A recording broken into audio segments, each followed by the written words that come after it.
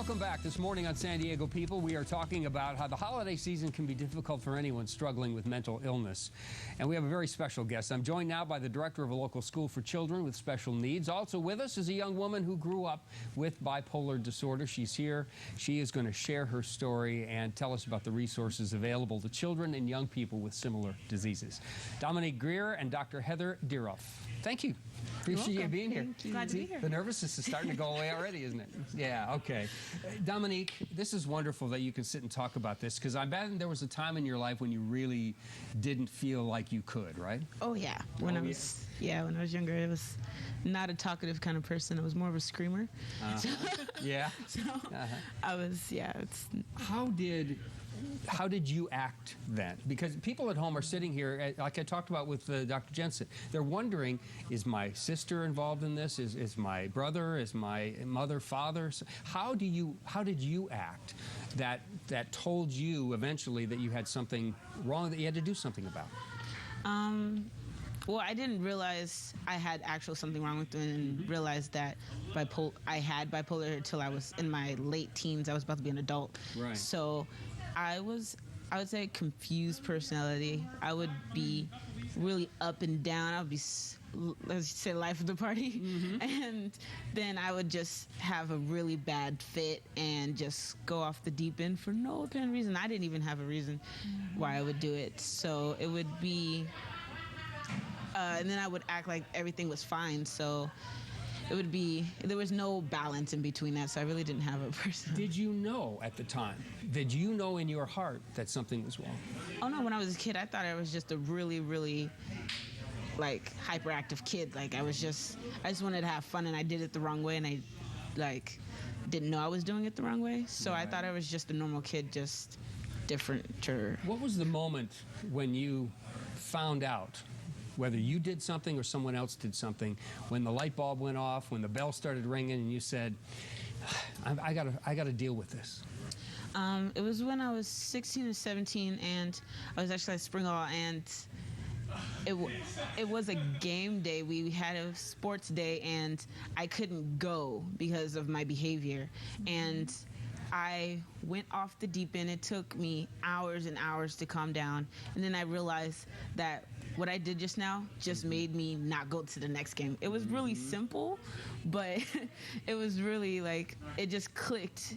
And then after that, I started realizing that if I act up like this, or if I don't control this, or if I don't tell somebody I'm angry or something, then I could not earn something I really want. The only person you're going to hurt is yourself, right? Yeah. Basically. Dr. Diroff, you've heard this story over and over again, haven't you? I have. It still makes me feel proud. I can remember those times. I think that for us, our perspective was, Dominique, you allowing us to help you. And once you let us kind of crack through a couple of those walls and realized the diagnosis was not the definition of Dominique, we were able to get through a little bit. And then from there, we peeled off the layers and worked together in partnership to improve.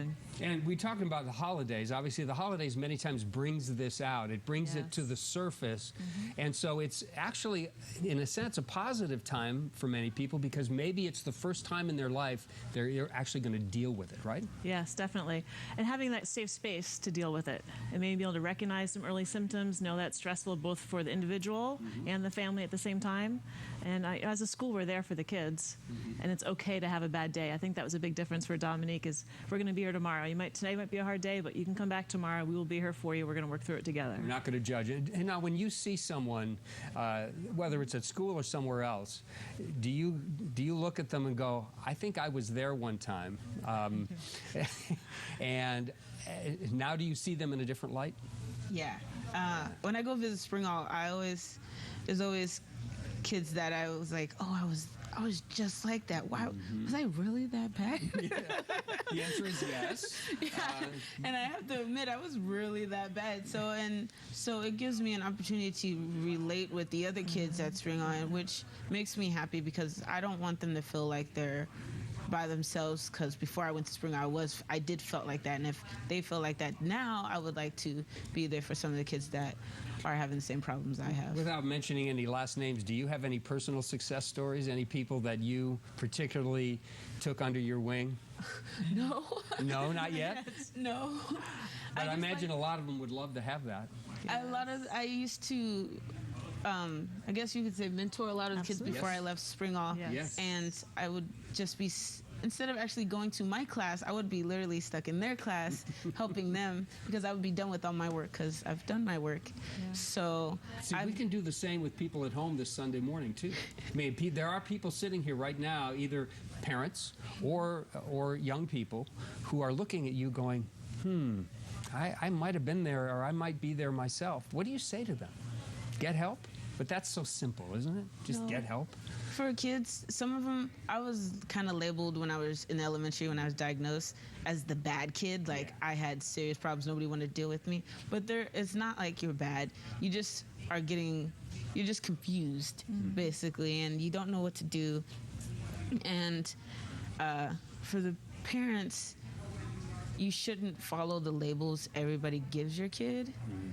I know some people did that, and it didn't turn out as well as it should, until the parents realizes that your child needs love and support and the truth, and some good help would be nice. Heather, what she said was so important in terms of labels, right? Because labels can get in the way. They are the blockers for getting help. Yes, labels sometimes might be a tool to find the initial help, but they block, I think, the individual and then the family, like you were talking about. If we can get past the labels, and hopefully that's what we do at Springall for you, Dominique, and for others, is take away that label and tell them you're just a person here. You're a child, you're a young adult. We can help you get through these days without that label. Tell us a little bit about Springall. It's a school, it's an academy, but it's also a support system, right? Yes, we have a therapeutic environment. We have kids as young as 8 and as old as 22. Wow. The variety of disabilities, and we are there to help the kids throughout academic support, social support, and career education at the same time. So let me just ask you bluntly, because a lot of people say, I couldn't afford some kind of private academy like this, right? Yes.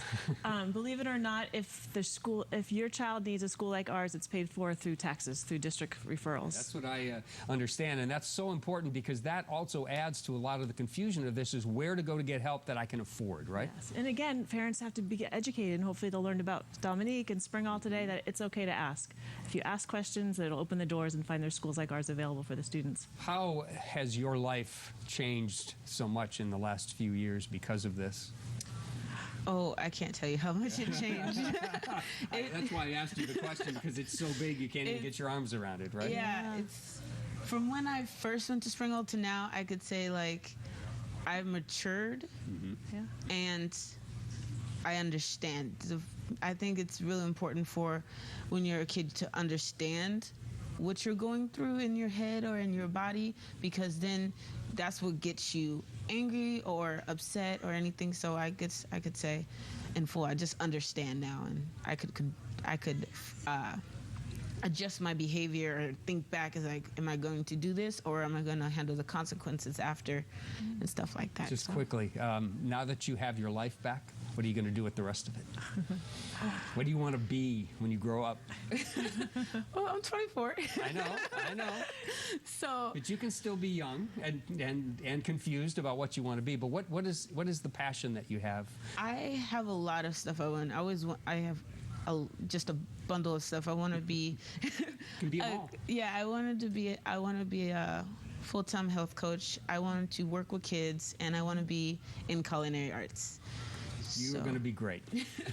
I want to thank you guys for being here. Stay with us. We're going to bring the doctor back for our final segment. We're going to talk a little bit specifically about how people can get help, how they can approach the people in their family, and you can help us with that, all right? Still ahead here on San Diego People, if you have a loved one suffering from mental illness, you know what to do? Well, we'll bring all the guests together. We're going to talk about how to care for your loved ones during this holiday season. Stay with us.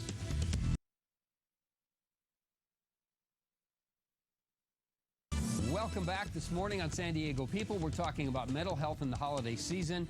And I am rejoined now by Dr. Thomas Jensen of the International Bipolar Foundation, along with Dr. Heather Deeroff of the Springall Academy, and Dominique Greer, graduate of the Academy. And we've got about 5 minutes left of this program, and we've talked a lot about symptoms. We've talked a lot about approaching members of the family. People now maybe watching are going, well, where do I go next? And Dr. Jensen, let me start with you. If they just want to get more information, you're the one who said, just get some more information about this. Where do you think is an easy first place to go?